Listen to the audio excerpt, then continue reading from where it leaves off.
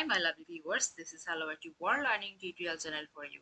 Today this tutorial I am going to show you how to fix snipping tool not working with reset, repair as well as uninstall on Windows 11.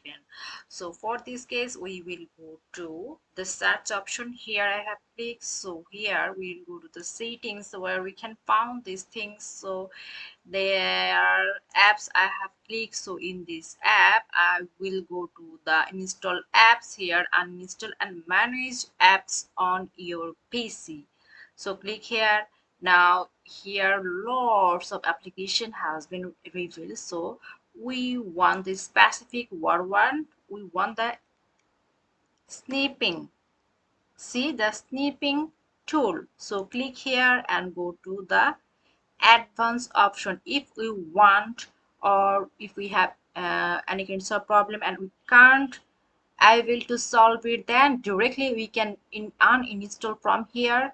And now we want to do the advanced option. So what? So click here.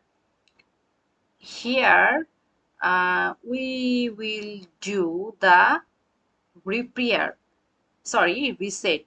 So reset what have. So if this app is not working right, we can try to repair. The app's data won't be affected. So if we click the repair, then uh, we can try the repair thing, but the data won't be affected.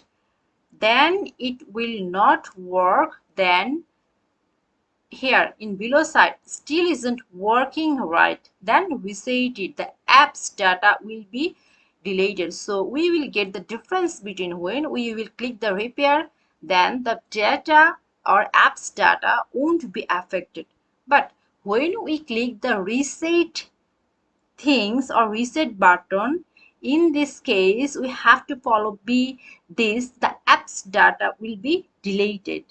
So here also we can uninstall this.